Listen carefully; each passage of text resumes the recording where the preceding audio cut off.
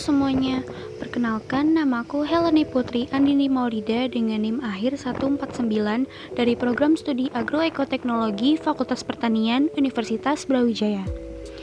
Di video kali ini, aku akan membahas perubahan sosial pertanian di daerah kota Tangerang Selatan. Yuk simak videonya.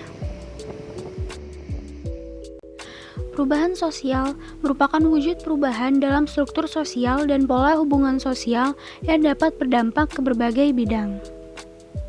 Menurut Mauleni 2015, masyarakat terus berkembang secara bertahap. Perkembangan manusia ditandai dengan bertambahnya jumlah penduduk yang serta-merta mendorong peningkatan kebutuhan hidup. Pertumbuhan wilayah juga terus berkembang sesuai dengan aktivitas ekonomi yang dilakukan dan menjadi faktor pendorong terwujudnya suatu kota. Salah satu perubahan sosial yang terlihat sangat signifikan yaitu di kota Tangerang Selatan. Menurut Sitorus et al. 2011, perkembangan di sektor ekonomi menyebabkan kebutuhan sumber daya lahan meningkat untuk penyediaan sarana pendukung. Seiring berjalannya waktu, semakin majunya peradaban serta meningkatnya jumlah penduduk mengakibatkan terjadinya alih fungsi lahan ruang terbuka hijau. Adanya alih fungsi lahan tersebut sangat berdampak pada bidang pertanian. Namun kini, masyarakat perkotaan mensiasati keterbatasan lahan untuk pertanian dengan konsep yang dapat memanfaatkan ruang terbatas. Konsep pertanian di perkotaan ini disebut sebagai urban farming. Selanjutnya, aku akan mewawancarai salah satu warga yang menerapkan konsep urban farming di tempat tinggalnya, yaitu dengan sistem hidroponik dan vertikultur atau wall gardening.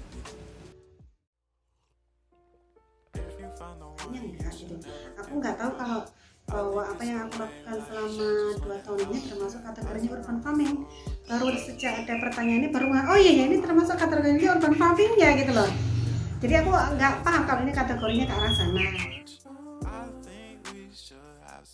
Kalau dibilang sejak kapan, untuk metode ini aku lakukan sudah sejak 2 tahun yang lalu. Tapi aku lebih fokus ke arah yang untuk bunga, jadi tanaman-tanaman hias. Baru untuk 5 bulan ini saya terapkan di sayuran dengan menggunakan sistem hidroponik. Tuh Mbak Ellen. Awalnya sebetulnya saya sudah banyak membaca dari buku, dari YouTube gitu kan. Dan kebetulan saya juga ikut salah satu KWT di KWT Blimbing yang ada di Parung Serap.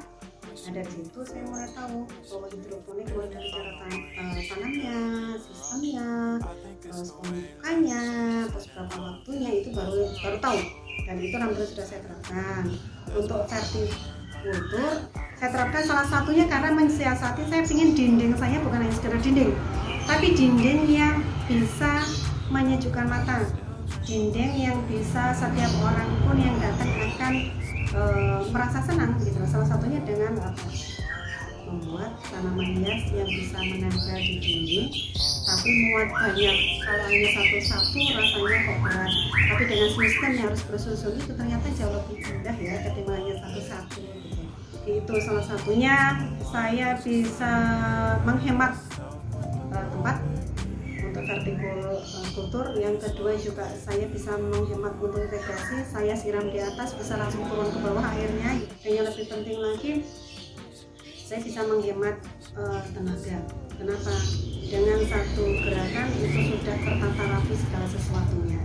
Awalnya sih nggak bicara dengan lahan, kebetulan saya senang bercocok tanam, tapi bagaimana saya bisa bercocok tanam tapi tidak harus keluar rumah, tidak harus berpanas-panasan. Karena dengan usia saya nggak mungkin lagi tidak bisa mengelola lahan yang luas, tapi hanya bisa mengupayakan bahwa hobi yang saya lakukan ini bisa tersalurkan, tapi juga bisa menghasilkan.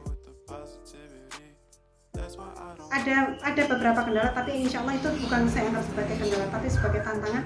Bagaimana saya bisa menemukan format yang tepat untuk saya terapkan di pola tanaman hias maupun di pola hidroponik. Tanaman hias awalnya saya memang bukan hanya untuk konsumsi sendiri, tapi pada bagaimana saya bisa berbagi dari cerita yang saya lakukan. Itu yang pertama saya niatkan. Makanya waktu pertama kali hidroponik itu bisa menghasilkan semuanya saya lepas keluar, saya hanya menyisakan sedikit, yang lainnya saya bagi kepada kanan kiri depan belakang.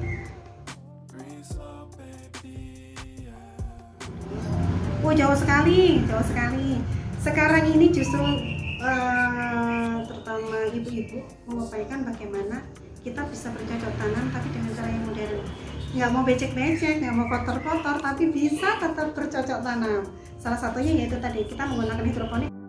Tapi hal yang paling mendasar yang mungkin saya harus prihatin adalah tidak semua orang ternyata menyukai pola bercocok tanam, sedangkan pada zaman sekarang banyak anak-anak muda yang sepertinya tidak menyukai hal itu gitu. Padahal ini yang harusnya segera kita lakukan adalah dengan memperkuat ketahanan pangan kita tanpa harus bergantung kepada pihak lain, terutama harus mendatangkan dari luar negeri. Ayo, dapat kita mulai dari rumah kita dan sekitar kita untuk menghasilkan tanaman pangan yang bisa kita konsumsi sendiri ataupun kita